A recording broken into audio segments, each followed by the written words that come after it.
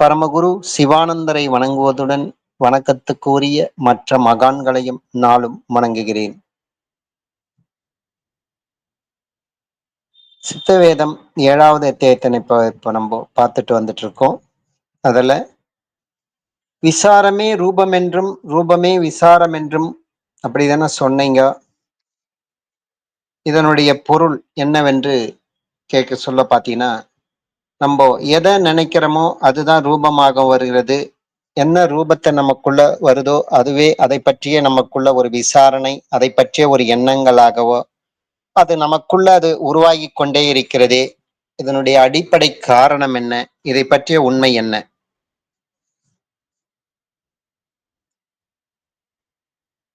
பொதுவாக உலகத்தில்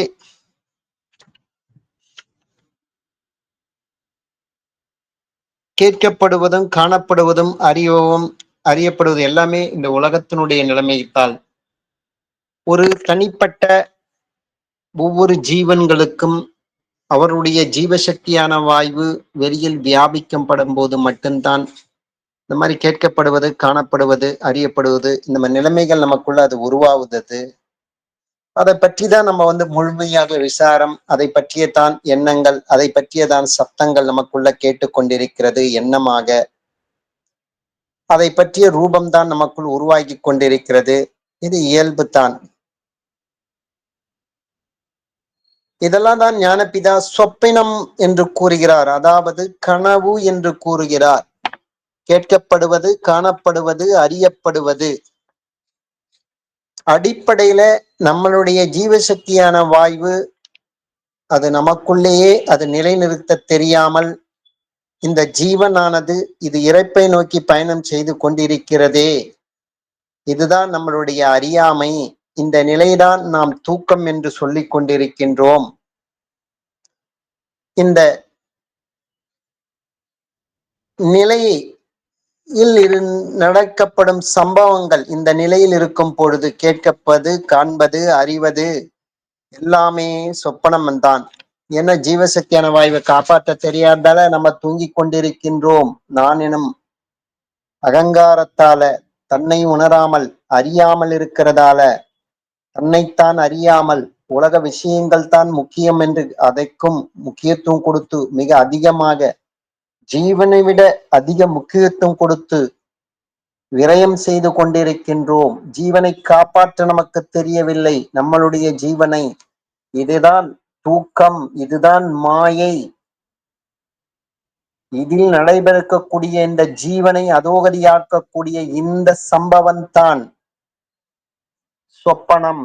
இதுதான் ஞானபிதா இந்த அத்தியாயத்துல தெளிவுபடுத்துகிறார். பொதுவாக நம்ம ஆழ்நிலை தூக்கத்தில் இருக்கும் போது மட்டும்தான் நமக்குள்ள பாத்தீங்கன்னா சமீரணன் கதி என்பது இயல்பாகவே நடைபெறுகிறது. நம்மளுடைய சுவாசமானது வெளியில் வியாபிக்காமல் இருக்கிறது. அந்த டைம்ல மனமானது நமக்குள் லயித்து இருக்கிறது. ஆனால் நாம் கனவு காண்கின்றோம் என்று சொல்லக்கூடிய அந்த நிலையில் நமக்குள் முழுவதுமாக அந்த சமீரணன் கதி என்று முறையாக ஏககதியாக அது நடக்கவில்லை. அந்த ஆழ்நிலை தூக்கும் போது நமக்குள் ஒரு கனவுல ஒரு புலி துரத்துதுன்னா கூட சரி, கனவுலதான் நடுக்கம் இருந்தாலும் இயல்பான நம்ம தூங்கி கொண்டிருக்கிற அந்த நிலையில கூட ஏதோ ஒரு பதட்டம், நடுக்கம் என்பது ஏற்படுகிறது. அது பக்கத்துல இருக்கிறவங்க யாருன்னா பார்த்துட்டு கூட நம்மளை தட்டி எழுப்பும் போது தான் இவ்வளவு நேரம் நம்ம கண்டது கனவு என்ற முறையில் நமக்கு தெரிய வருது. அப்ப அந்த சொப்பனம் என்ற நிலையில ஏதோ ஒரு விதத்தில் ஜீவசக்தியான வாய்வு என்பது விரயமாகி கொண்டு தான் இருக்கிறது.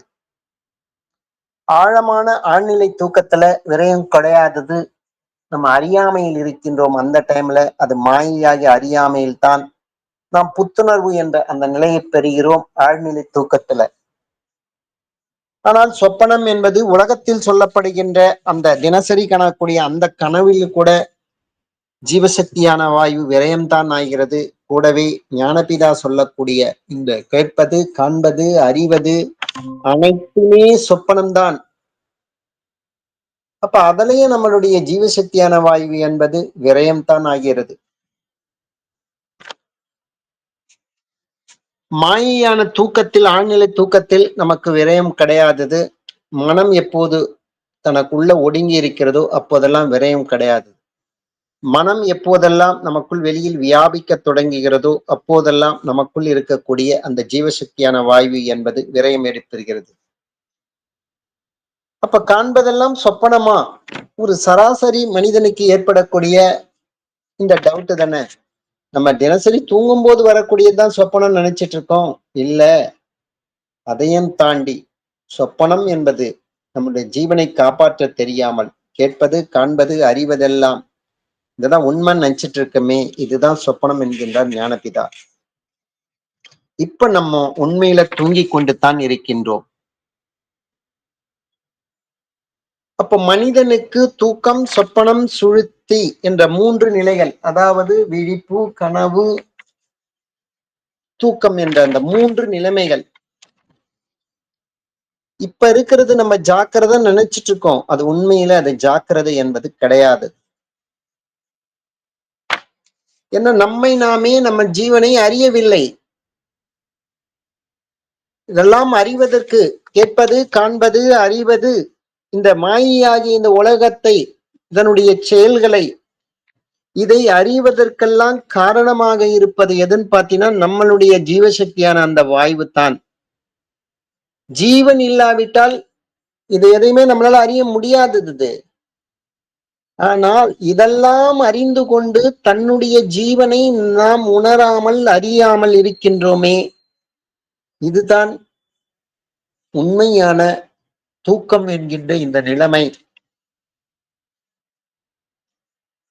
உண்மையில் தினசரி நாம் தூங்கக்கூடியது தூக்கம் என்பது கிடையாது. ஏன்னா மனமானது ஓய்வெடுக்கிறது. தான் உற்பத்தியான இடத்திலேயே அது சொந்த வீட்டுக்கு சென்று அது ஓய்வு எடுத்துக் கொண்டிருக்கின்றது.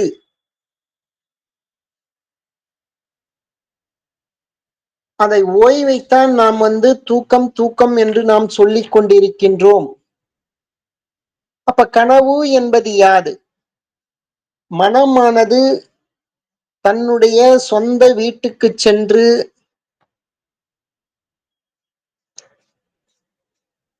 ஆலோசனை செய்து கொண்டிருக்கின்றது. நாம் தினசரி அந்த சொப்பனம் என்பது என்ன? தினசரி நாம் தூங்கும் போது வரக்கூடிய கனவு என்பது என்ன? ஒரு தொழிற்சாலையில் நாம் வேலை செய்து கொண்டிருக்கின்றோம். அப்போது மனம் இயங்கிக் கொண்டிருக்கிறது. அதான் நம்ம ஜாக்கிரதை என்ற நிலைமையை நம்ம சொல்றது அதுதான். அப்ப இந்த உடலை 2 பிரிவுகளாக, கழுத்துக்கு மேல, கழுத்துக்கு கீழே, இந்த மாதிரி ஞானபிதா பிரிச்சு சொல்றாரு. அது கழுத்து கீழே இருக்கக்கூடிய பகுதிகள் எல்லாம் தொழிற்சாலை. தலைப்பகுதிக்கு அதெல்லாம் அதுதான் சொந்த வீடு. அதுதான் சிரசுல தான் அந்த ஜீவன் இருக்கிறது.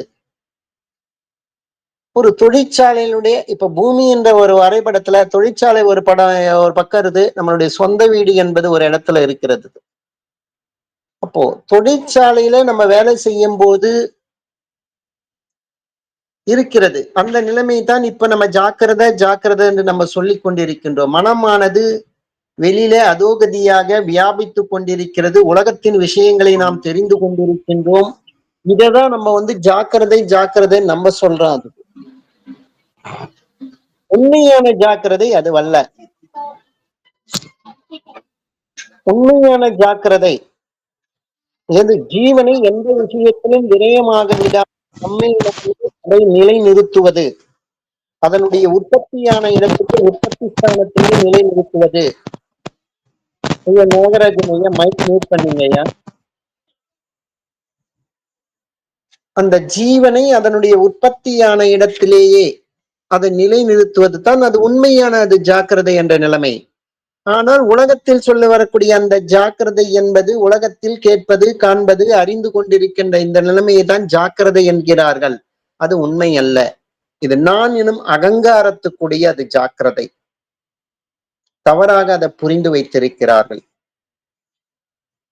வெளியில் நடக்கக்கூடிய இதெல்லாம் அகங்காரத்துக்கான சொப்பனம், அலங்காரத்துக்கான தூக்கம், அகங்காரத்துக்கான ஜாக்கிரதை. இது ஒரு தொழிற்சாலையில் நம் வேலை செய்துவிட்டு வீட்டுக்கு வந்துட்டோம். நம்ம சொந்த வீட்டிலிருந்து நாளைக்கு என்னன்னு பிளான் பண்ணலாம், ஏற்கனவே நடந்தது என்ன, அந்த ஏற்கனவே நடந்த சம்பவங்கள், அந்த தொழிற்சாலையில் நடந்த சம்பவங்களை பற்றி நாம் ஆலோசித்துக் கொண்டிருக்கின்றோம்.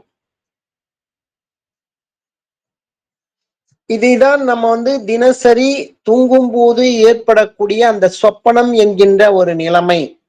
மனமானது அதனுடைய சொந்த வீட்டுக்கு வந்துவிட்டு ஏற்கனவே நடந்த அந்த நிகழ்ச்சிகளை எதிர்காலத்துக்கு என்ன பண்ணலாம், கடந்த காலத்துல என்ன நடந்தது, அந்த மாதிரி ஏதோ ஒரு விதத்துல திங்க் பண்ணிட்டு இருக்கிறது அது. அந்த மனமானது தன்னுடைய சொந்த வீட்டுக்கு வந்து ஏற்கனவே நடந்ததை, நடக்கப் போவதை, நடந்து கொண்டிருப்பதை பற்றி தொடர்ந்து யோசித்துக் கொண்டிருக்கிறது, ஆலோசித்துக் கொண்டிருக்கிறது.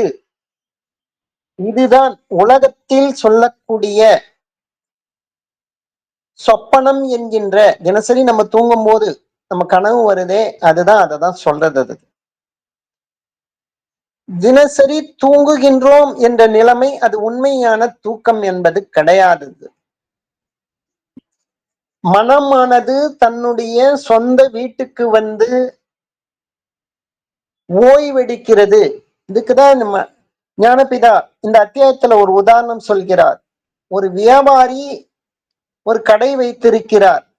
அப்ப அவருடைய சாமான்களை எல்லாம் வெளியில வைத்து வியாபாரம் செய்து கொண்டிருக்கின்றார். அப்புறம் பகல் முழுவதும் வியாபாரம் செய்துட்டு நைட்டு கடையை க்ளோஸ் பண்ண சொல்ல அந்த வியாபாரத்துக்குரிய சாமான்களை எல்லாம் அந்த கடைக்குள்ள போட்டுட்டு தானும் கடைக்குள்ள உட்கார்ந்துட்டு அந்த வெளி டோரை மூடி விடுகிறார், கடையை அடைத்து விடுகிறார். அது உள்ள உட்கார்ந்துட்டு இருக்கார்.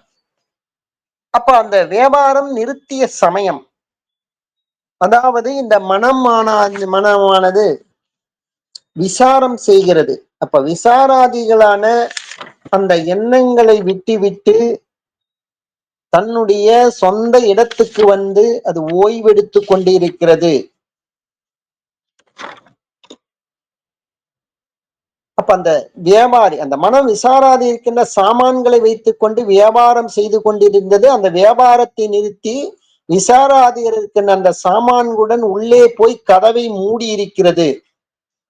இந்த நிலைமைக்குத்தான் நாம் தினசரி தூங்குகின்றோம் என்று நம்ம சொல்லிட்டு இருக்கோமே, அந்த நிலைமை இது முழுக்க முழுக்க அகங்காரத்துக்கு உடையது. அப்ப அகங்காரத்துக்குரிய ஜாக்கிரதை எதுன்னு பார்த்தோம். அப்ப வெளியில காண்பது, கேட்பது, அறிவது, உலகத்தோடு அது தொடர்பு கொண்டிருக்கிறதா, அது அகங்காரத்தினுடைய அது ஜாக்கிரதை. நம்ம நினைச்சிட்டு இருக்கோம் அது. இதே அகங்காரத்துல இருக்கிறதாலதான் சொந்த வீட்டுக்கு வந்து ஏற்கனவே நடந்ததை, நடப்பதை, நடக்க போவதை அது ஆலோசித்துக் கொண்டிருக்கின்றதே, அதுதான் தினசரி நீங்கள் தூக்கத்தில் காணக்கூடிய அந்த சொப்பனம் என்கின்ற ஒரு நிலைமை. இந்த மனமானது தன்னுடைய சொந்த வீட்டுக்கு வந்து ஓய்வெடுக்கக்கூடிய அந்த நிலைமைதான் தினசரி தூக்கம் என்று சொல்லக்கூடிய ஒரு நிலைமை. இது முழுக்க முழுக்க இது நான் என்னும் அகங்காரத்தால இதெல்லாம் நம்ம தினசரி தூக்கத்தை தான் உண்மை நினைச்சிட்டு இருக்கோம். அதுல கனவை தான் உண்மை நினைச்சிட்டு இருக்கோம். அந்த உலகத்தில் கேட்பது காண்பதை நம்ம உண்மைன்னு நினைச்சிட்டு இருக்கோம். இதெல்லாம் கிடையாது. அதுதான் ஞானபிதா மேலும் இந்த இடத்துல நமக்கு தெளிவுபடுத்துறாரு. அப்ப தூக்கம் என்பது எதுன்னு பாத்தீங்கன்னா, நம்மை அறியாமல் நம்மள ஜீவசக்தியான வாய்வை நம்மை காப்பாற்ற தெரியாமல் இந்த அறியாமையில் இருக்கின்றோமே, அறிவாகிய இந்த ஜீவசக்தியான வாய்வை நம்மால காப்பாற்ற தெரியாமல் இருக்கின்றோமே, இறப்பை நோக்கி நாம் பயணம் செய்து கொண்டிருக்கின்றோமே, இதைதான் தூக்கம் என்கின்றார். இதில் நடக்கக்கூடிய கேட்பது, காண்பது, அறிவது இந்த மாதிரி சம்பவங்கள் எல்லாமே இந்த ஜீவனை காப்பாற்ற தெரியாமல் இருக்கின்ற தூக்கத்தில் நடைபெறுகின்ற சம்பவங்கள். இதுதான் சொப்பனம் என்கின்றார் ஞானபிதா.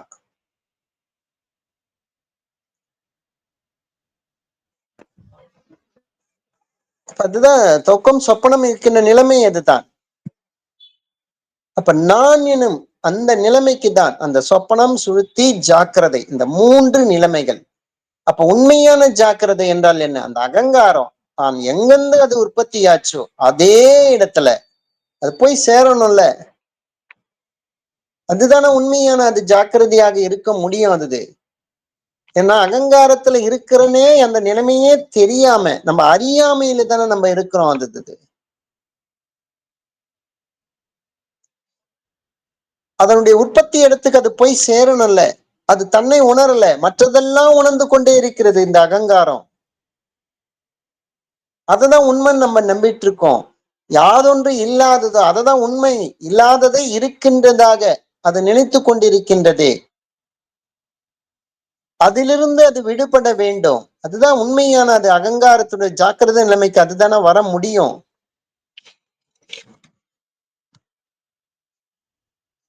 அப்போ தினசரி தூங்குகின்ற அந்த சொப்பனம் என்று சொல்றோமே, அது நீண்ட காலமா? இல்ல நடைமுறையில் வரக்கூடிய இந்த வாழ்க்கை என்பது நீண்ட காலமா அப்படின்னு பாத்தீங்கன்னா, தினசரி காணக்கூடிய அந்த சொப்பனம் என்பது ஒரு ஒரு நிமிஷம் தான் நடக்கும். அதுல பாத்தீங்கன்னா, நம்ம பொறந்ததுல இருந்து, நம்மள வேலை கிடைச்சதுல இருந்து, நம்ம கல்யாணம் பண்ணிக்கிறதுல இருந்து, குடும்ப நடத்தியதுல இருந்து, நம்மளுடைய தாத்தா பாட்டி கூட வாழ்ந்ததுல இருந்து, பேரன் பேத்தியோட வாழ்ந்ததுல இருந்து, எல்லாமே சரி அது. ஒரு 2 நிமிஷத்துல கூட நம்மளால கனவு காண முடியும். ஆனா நடைமுறை வாழ்க்கையில் இப்ப நான் அந்த அறியாமையில் இருக்கின்றமே, அந்த அறியாமையில் இருக்கக்கூடிய இப்ப நடைபெறக்கூடிய நம்ம ஒவ்வொரு நிகழ்வும் நம்ம அனுபவத்துல உண்மை மாதிரி இது தெரிஞ்சு கொண்டிருக்கிறதே. அப்ப காலங்கள் என்பது மிக பாக்குறதுக்கு நான் 50 வருஷம் வாழ்ந்தன்ற மாதிரிதான் இருக்கும். அது ஒவ்வொரு நாளும் கடக்கிறதுக்கு ஒரு யுகம், ஒரு பெரிய ஒரு காலமாகத்தான் நமக்கு தெரிந்து கொண்டிருக்கிறது. அப்ப எது இதுல குறுகிய கால சொப்பனம், நீண்ட கால சொப்பனம்? அப்ப நம்ம தினசரி தூங்கக்கூடிய அந்த கனவுல 2 நிமிஷம் நேரத்துல பல 100 வருஷங்கள், பல 1000 வருடங்கள் நம்ம கனவுல போயிடுது. ஆனா இப்ப இருக்கிறது ரொம்ப ஸ்லோவா தானே போகுது. அத்தனை வருஷமா நம்ம ஆயுளுக்குள்ள நான் பார்க்க முடியுது, பார்க்க முடியறது இல்லையே. அப்ப எது உண்மையான நீண்ட கால சொப்பனம்?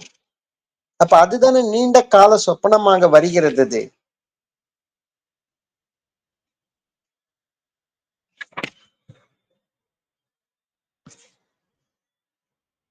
அப்ப நாம் தூங்குகிறோம் என்று சொல்ற சமயத்தில் அனுபவிக்கக்கூடிய சொப்பனத்தினுடைய ஒரு நிமிஷம் நேரமானது இப்போது நம்ம அனுபவிக்கிறது கிடையாது.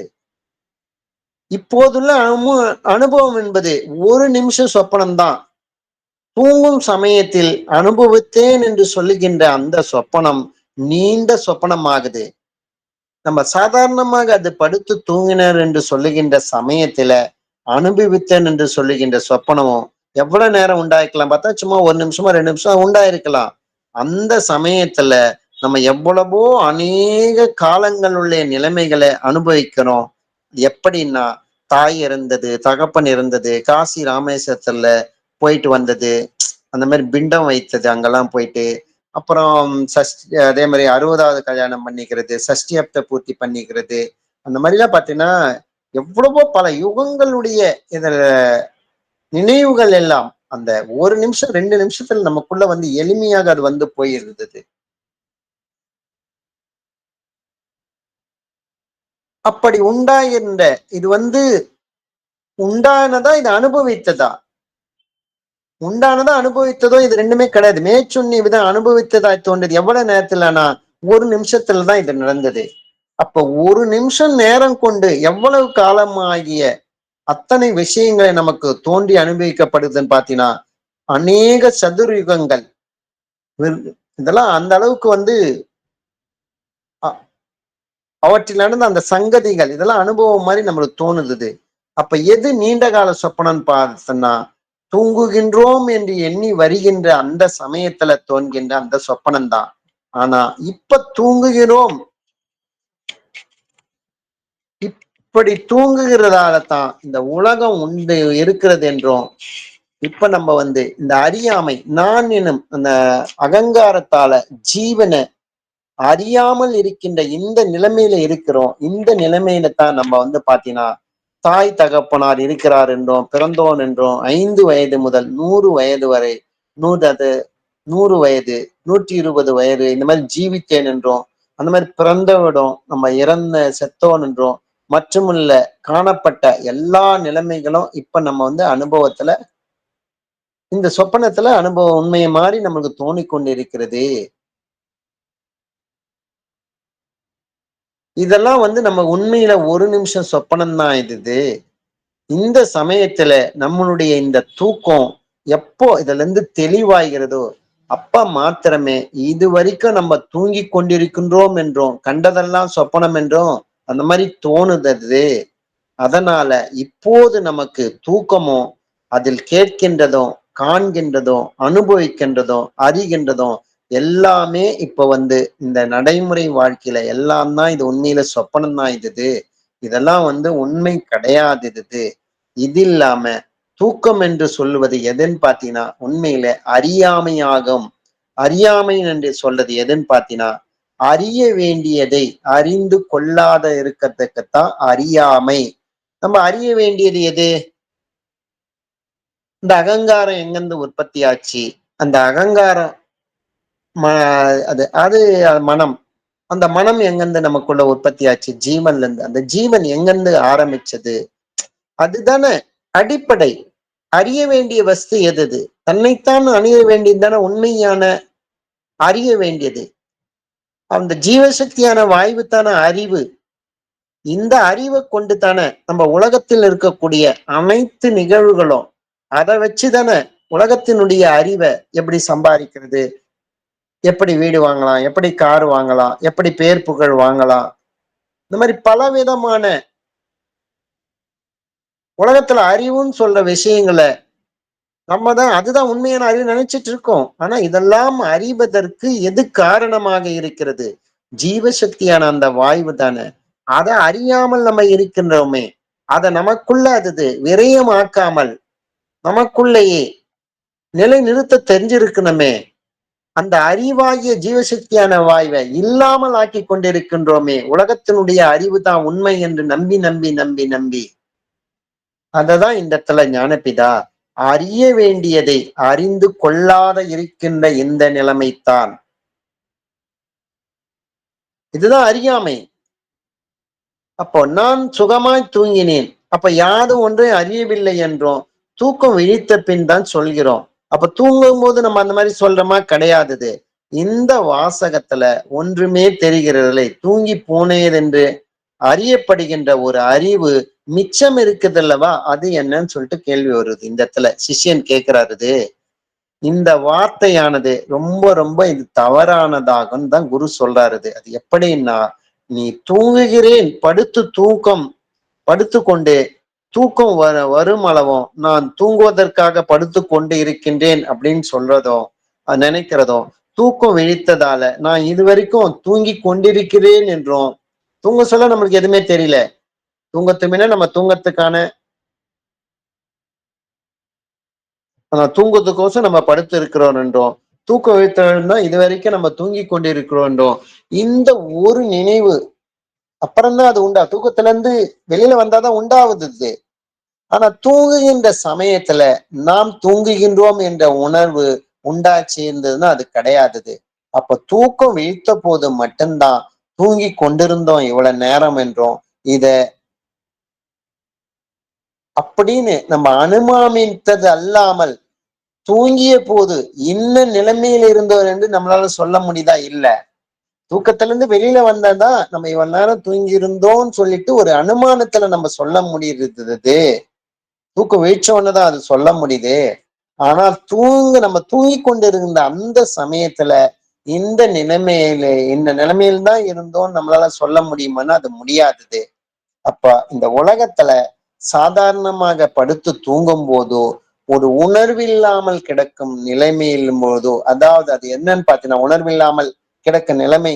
அந்த நிலைமை எதுன்னு பாத்தீங்கன்னா, அதாவது காக்காய் வலிப்பால மயங்கி கிடக்கும் போதோ, அப்படின்னா ஜன்னி ஏதோ ஒரு அது உச்சி வரை ஏறி மறந்து கிடக்கும் போதோ, அது இல்லாம ஆஸ்பத்திரியில குளோரோபாம் நம்மளுக்குள்ள உடம்புக்குள்ள ஏத்தி ஒரு மயக்க நிலையில உணர்வு கெட்டு இருக்கும் போதோ, அந்த மயக்க மருந்த மூக்கினுடைய நேரில் பிடித்து மயங்கி கிடக்கும் போதோ, உலகத்தை பற்றி அந்த டைம்ல எந்த ஒரு மற்ற யாதொரு அறிவோ உணர்வோ அந்த உலகத்தினுடைய அறிவை எதுவுமே இல்லாத நம்ம இருக்கிறதோ அந்த டைம்ல உண்டான்னு பாச்சுன்னா அது நமக்குள்ள எதுவுமே கிடையாது அந்த நேரத்துல. அதெல்லாம் இதெல்லாம் எந்த விதம்னு நம்ம கருதணும். நம்ம மயங்கி கிடந்தோம்னு அப்படி சொல்ல முடியாது. அத தூக்கமாகவே தான் கருத வேண்டும். அதுவும் ஒரு தூக்கம்தான். ஏன்னா நம்ம ஜீவனை நம்ம உணரல, நம்ம ஜீவனை நம்ம அறியல. அது ஒரு தூக்கம், ஒரு மாயையினுடைய நிலைதான் அது. அப்ப உண்மையில தூக்கம் என்று சொல்லுவது எதுன்னு பாத்தீங்கன்னா அறிவை அறியாமல் இருக்கின்றதாகும். அப்ப அறிவு என்பது எது? நம்மளுடைய அந்த ஜீவசக்தியான வாயு தானே உண்மையான அறிவு என்பது. அது இருக்குவே தானே, அந்த அறிவாகி அந்த வஸ்து இருக்குவே தானே, நமக்குள்ள இருக்குவே தானே. அதை வச்சு செலவு பண்ணி தானே இந்த உலகத்தினுடைய அறிவெல்லாம் நம்ம சம்பாதிச்சுட்டு இருக்கோம். அந்த மாயினுடைய அறிவெல்லாம் நம்ம தெரிஞ்சிட்டு இருக்கோம். ஆனா அதை தெரியறதுக்கோசம் நம்ம அந்த முக்கியமான நமக்குள் நிலைநிறுத்த வேண்டிய அந்த ஜீவசக்தியான வாய்வான அந்த அறிவை நம்ம காப்பாற்ற முடியாமல் விரயமாக்கி கொண்டிருக்கின்றோமே. ஜீவனை வச்சுத்தானே எல்லாமே அதை மற்ற உலக அறிவை நம்ம சேர்த்து கொண்டிருக்கின்றோம். அந்த ஜீவசக்தியான வாய்வை நம்மளுக்கு காப்பாற்ற தெரியாமல் இருக்கின்றோமே. அந்த அறிவை அறியாமல் இருக்கின்றோமே. அதுதான உண்மையான தூக்கம். அப்பா தூக்கம் என்று சொல்கிறது அறிவை, அந்த உண்மையான அறிவாகிய அந்த ஜீவசக்தியான வாய்வை நம்ம அறியாமல் இருக்கின்ற அந்த நிலைமைக்கு தான் அது. அந்த நிலைமையெல்லாம் பொதுவா பாத்தீங்கன்னா நம்ம காக்கா வலிப்பாலையோ மயங்கி கிடக்கும் போதோ ஜன்னி இருக்கும் போதோ ஹாஸ்பிட்டல் அட்மிட் ஆயிருக்கும் போதோ தினசரி நம்ம தூங்கி கொண்டிருக்கின்றோம் என்று சொல்ற அந்த நிலைமையிலேயோ சரி இருந்தது. நமக்குள்ள அந்த உலகத்தை பற்றிய அறிவோ மற்ற அறிவோ உணர்வோ அந்த டைம்ல நம்மளுக்கு இல்லை.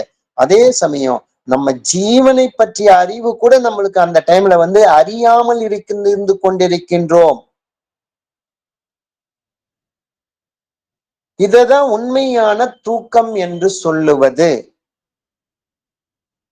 அப்ப தூக்கம் என்று சொல்கின்ற அறிவை அறியாமல் இருப்பதாக. அதனால்தான் அப்ப அறிய வேண்டிய வஸ்து எதுன்னு பாத்தீங்கன்னா அப்ப அது தானா இருக்கின்ற அது ஜீவன். அந்த ஜீவனை தான் நம்ம அறிய வேண்டும். ஏன்னா அந்த ஜீவனாலதான் அதை வச்சுதான் நம்ம எல்லா விதமான நம்மளுடைய தேவைகளையும் படைத்தல் காத்தல் அழித்தல் இந்த தேவை எல்லாமே அந்த ஜீவன் இல்லைன்னா எதுவுமே நம்மளால எதுவும் பண்ண முடியாது. அவரவருடைய அனுபவத்துல அதுதானே ஒரு உண்மையாக இருக்கிறது. எனக்குள் உருவாகக்கூடிய அந்த உலகம் தானே எனக்கு வெளியில காண்பது கேட்பது அறிவது. எனக்குள்ளதானே அது தினசரி சிருஷ்டி ஆகுது. எனக்குள்ளதானே தினசரி நான் தூங்கும் போது எனக்குள்ள அது லயம் ஆகுது. அப்ப அது அந்த ஜீவன் இருக்கிறதால தானே அது நடக்குது. அது அப்ப அந்த ஜீவனை காப்பாற்ற தெரியாமல் இருக்கிறதால தானே, அது அதோகதி ஆக்குறதால தானே அந்த ஜீவனுக்கு இம்சை ஏற்படுகிறது. ஜீவன் அதால தானே அது துன்புறுகிறது. அப்ப அறிய வேண்டிய வஸ்து எது? நமக்குள் அது நிலைநிறுத்தக்கூடிய அந்த வஸ்து எது? எதை நம்ம அதை காப்பாற்றி கொள்ள வேண்டும்? அப்ப அது தானா இருக்கின்ற அந்த ஜீவன் அதை அறியாமையாய் ஆகிறதுக்கு என்னவென்று சொல்லன்னு பாத்தீங்கன்னா அதுக்குத்தான் மாயை என்று சொல்லது. அப்போ இப்ப நம்ம எந்த நிலைமையில இருக்கின்றோம் அப்படின்னு பாத்தீங்கன்னா மாயையில் தான் இருக்கின்றோம். அப்ப அந்த மாயை என்பது என்னமாகிறதுன்னு பாத்தீங்கன்னா இப்ப நம்ம உண்மையில தூக்கத்துலதான் நம்ம இருந்திருக்கின்றோம். இதனால மாயையா இருக்கின்ற இந்த தூக்கத்துல கண்டு அனுபவிக்கிறது எல்லாமே சொப்பனம் என்கின்ற இந்த நிலைமை தான் அது. அப்ப நம்ம கேட்பது காண்பது அறிவது இப்ப கூட இந்த சித்தவேத இந்த சத்சங்கம் எல்லாமே நடந்து கொண்டிருக்கிறது. எல்லாமே அடிப்படையில என்னன்னு பாத்தீங்கன்னா இந்த ஜீவசக்தியான வாயு அது விரயமாகி கொண்டு தான் இருக்கிறது. அப்ப நம்ம மாயை என்ற அந்த தூக்கத்துல தான் இருந்து கொண்டிருக்கின்றோம். அப்ப அந்த தூக்கத்தில் இந்த நடைபெறுகின்ற அனைத்து சம்பவங்களுமே சரியது இது சொப்பனம் என்கின்ற ஒரு நிலைமை தான். அப்ப தினசரி நம்ம தூங்க சொல்லக்கூடிய அந்த சொப்பனம் என்பது அது உண்மையான சொப்பனம் என்பது கிடையாதது. இப்ப இருக்கிற இந்த நிலைமைக்குத்தான் இது அகங்காரத்தினுடைய இது சொப்பனம் என்கின்ற ஒரு நிலைமையில இருக்கிறோம். நம்ம ஜீவனை நமக்கு காப்பாற்ற தெரியாததால தூக்கத்துல இருக்கின்றோம். அப்ப தூக்கம் என்கின்ற ஒரு நிலைமையில தான் நம்ம இப்ப இருந்து கொண்டிருக்கின்றோம். உண்மையில பாத்தீங்கன்னா இந்த அகங்காரத்துல ஒரு நிலைதான். அப்போ எப்போ இந்த மாயையா இருக்கின்ற இந்த தூக்கம் நமக்குள்ள அது தெளிகின்றதோ, அப்பதான் நமக்குள்ள வந்து அந்த உணர்வு என்பது இயல்பாகவே அது உருவாகாதது. அப்போ அந்த உணர்வுக்கு தான் உண்மையில ஜாக்கிரதை என்று சொல்வது. அப்ப நான் என்னும் அகங்காரம் அதனுடைய உற்பத்தி ஸ்தானத்திலேயே அது உற்பத்தி ஆகாமல் தனக்குள்ளேயே அது அது மனதில் தான் அது உற்பத்தி ஆகுது. அது உற்பத்தி ஆகாமல் அதே இடத்திலேயே அது சொந்த இடத்துக்கு அது உண்மை அது போய் சேருகின்ற அந்த நிலைமைக்குத்தான் அது அகங்காரத்தினுடைய ஜாக்கிரதை என்கின்ற ஒரு நிலைமை. அந்த ஜாக்கிரதை உண்மையான அகங்காரத்தினுடைய ஜாக்கிரதை என்ற நிலைமை. அந்த நிலை வர வரைக்கும் நம்ம மாயையில தான் இருக்கிறோம். மாயை என்ற அந்த தூக்கத்தில் தான் இருக்கோம். அதில் நடைபெறுகின்ற இந்த கேட்பது, காண்பது, அறிகின்ற அனைத்து நிகழ்வுகளுமே அது சொப்பனம் என்ற அகங்காரத்துடைய நிலையில தான் அது இருக்கிறது. அப்போ நமக்குள்ள அந்த மாயையாகி அந்த தூக்கம் எப்ப தெளியுதோ அப்பதான் நமக்குள்ள அந்த உணர்வு என்பது உண்டாகும். அந்த உணர்வுக்கு தான் ஜாக்கிரதைன்னு சொல்லுது. அந்த ஜாக்கிரதை என்று சொல்லுவது அனித்தியமாகி அதுதான் அகங்காரத்துடைய ஏதோ இது நாள் வரைக்கும் நித்தியம் நித்தியம் நம்ம நம்பி இருந்தோமோ இந்த உலகத்தினுடைய நிகழ்வுகள் எல்லாமே அதெல்லாம் வந்து கிடையாதது. அதெல்லாம் அனித்தியமான வஸ்துக்கள் எல்லாமே அது எல்லாமே அது. அப்ப என்னுடையது என்றும் உன்னுடையது என்றும் அப்போ நான் நீ என்ற ஒரு பேதம் தானாகி அந்த வஸ்துதான் நான் எனும் அகங்காரம் அந்த வெளியில வியாபிக்கும் போது உள் சுவாசம் வெளி சுவாசம் என்ற இரண்டு நிலைமைகள் இருக்கும் போது அப்ப உள்ளன்னா அது நானு வெளியிலன்னா நீ. அப்போ ரெண்டு பேதம் உண்டாயிருது அந்த சுவாசத்துக்கு. எப்ப அந்த சுவாசத்துக்கு பேதம் உருவாகிறதோ உள்ள வெளியில அந்த நிலையில இருக்கும் போது தான் நான் நீ உள்ள போச்சுனா நானு வெளியில போச்சுனா நீ அப்படின்ற மாதிரி ஒரு பேதம் என்கின்ற அந்த நிலைமை உருவாகுது. உண்மையில அது தானாய் இருக்கின்ற அந்த வஸ்து தான் இந்த மாதிரி உள்ள வெளியில போக சொல்லும் நான் நீ என்ற இந்த மாதிரி பேதங்கள் அது உருவாகுது. அப்பதான் அந்த எப்ப நானுன்னு வருதோ அதெல்லாம் என்னுடையது என்றும் எப்ப நீ என்று வருகிறதோ அப்பதெல்லாம் உன்னுடையது என்று இந்த மாதிரி ஒரு பிரிவினை உண்டாகுது. அந்த நேரத்துல அந்த பிரிவினை என்பது உருவாகுது. அப்ப அதுதான் என்னுடையது என்றும் உன்னுடையது என்றும் இந்த மாதிரி மற்றும் உள்ள ராக துவேஷாதிகளால எண்ணங்களை விட்டு அப்ப விருப்பு ஏதோ ஒரு விஷயத்துல பற்று விருப்பு மேலேயும் நம்மளுக்கு பற்று இருக்கலாம், வெறுப்பு மேலேயும் பற்று இருக்கலாம். ஒரு கோவத்து மேல பற்று சொல்லோ அதையே நம்ம திரும்ப திரும்ப நினைக்கிறோம், அது வெறுப்பு மேல பற்று. அதையே திரும்ப திரும்ப வந்து அதுல இருந்து வெளியில வர முடியாத நம்ம தவிக்கிறோமே, அது வெறுப்பு மேல பற்று இருக்கிறதால அது நடக்குது. ஏதோ ஒண்ணு பிடிச்சிருக்கு, நம்மளுக்கு ரொம்ப சந்தோஷமா இருக்கிறது, பணமோ பொருளோ காரோ வீடோ வசதியோ ஏதோ உறவோ ஏதோ ஒண்ணு பிடிச்சிருக்கு, அது விருப்பு மேல பற்று. அதுல இருந்து நம்ம மீள முடியாமல் அது இல்லாத நம்மளால வாழ முடியாது, அதுதான் என் உயிர் அப்படின்ற மாதிரி என்னுடைய உயிரை விட மேலான வஸ்து அப்படின்னு நம்ம நினைச்சிட்டு இருக்கோமே, அது விருப்பு மேல ஒரு பற்று அது. அப்ப அதுதான் ராக துவேஷம் என்பது இந்த இடத்துல சொல்றது. அந்த மாதிரி உண்மையான அந்த ஜீவனுடைய இயற்கையான இயல்பு எதுனா முக்குணங்கள் அற்றது. உண்மையான அந்த ஜீவனுடைய இயல்பு அது வெளியில வியாபிக்கிறதாலதான் இந்த முக்குணங்களுடைய தொடர்பால தான் இந்த ராக துவேஷம் அந்த விருப்பு வெறுப்பு என்பது நமக்குள்ள அது இயல்பாகவே அது அமைந்தது. அப்பதான் என்னுடையது என்றோம் உன்னுடையது என்றோம் ராக துவேஷங்களை இந்த மாதிரி எண்ணங்கள் இது எல்லாத்தையுமே விட்டுட்டு நித்தியமாயுள்ள தன்னைத்தான் அறிகின்ற நிலைமையாகும். அப்போது மாத்திரம்தான் நமக்கு ஜாக்கிரதை என்று சொல்வதற்கு இடம் உண்டு. இப்போ இருக்கிற இந்த நிலைமை வந்து உண்மையான ஜாக்கிரதை என்பது கிடையாதது. அகங்காரமாகி அந்த அதுவானது அது எங்கிருந்து அது உற்பத்தி ஆச்சோ அதே இடத்துல அது உற்பத்தியான இடத்திலேயே போய்கின்ற அந்த நிலைமைக்குத்தான் இந்த அகங்காரத்தினுடைய அந்த ஜாக்கிரதை நான் என்ன நிலைமைக்குரிய ஜாக்கிரதை இது எல்லாமே இது வெளியில் நடக்கக்கூடிய இது நிகழ்வு இது.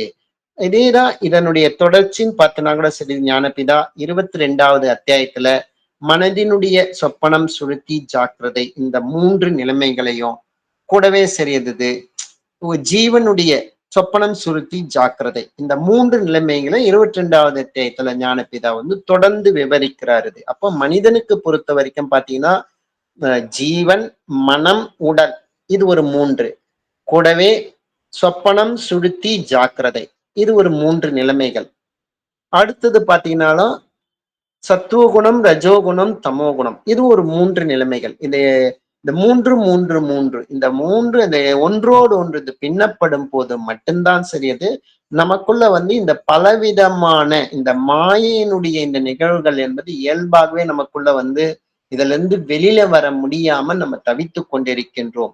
எப்போ அந்த ஜீவனுடைய அந்த ஜாக்கிரதை என்று அந்த ஒரு நிலைமை வருகிறதோ அப்ப அந்த நிலைமையில தான் அப்போ இந்த உடலுக்கான ஜாக்கிரதை, மனதுக்கான ஜாக்கிரதை, ஜீவனுக்கான ஜாக்கிரதை இந்த 3 நிலைமைகளும் எப்போ ஒன்றாக ஒரு நிலைமையில் அது குவிகின்றதோ அப்ப நிலைமையில பொறுத்த வரைக்கும் பார்த்துதான் அப்பதான் அந்த நிலைமையில தான் நம்ம தானாய் அது தன்மயமாகி தீருகின்றோம். அந்த நிலைமையில தான் பாத்தீங்கன்னா நமக்கு பாத்தீங்கன்னா நமக்குள்ள சதா பிராணாயாமமோ சதா பிராணாயாமைக்கு யாதொரு வியாதியும் இல்லை என்று சொல்ல காரணத்துக்கும் அதையும் தாண்டி ஆனந்த மத்தராக இருக்கக்கூடிய அந்த நிலையும் சரி அதிலேயே தானாய் தன்மயமாக தீர்வதற்கு பாத்தீங்கன்னா இந்த 3 நிலைமைகளையும் நமக்கு அந்த ஜாக்கிரதை என்ற ஒரு உணர்வு உண்டாகணும்.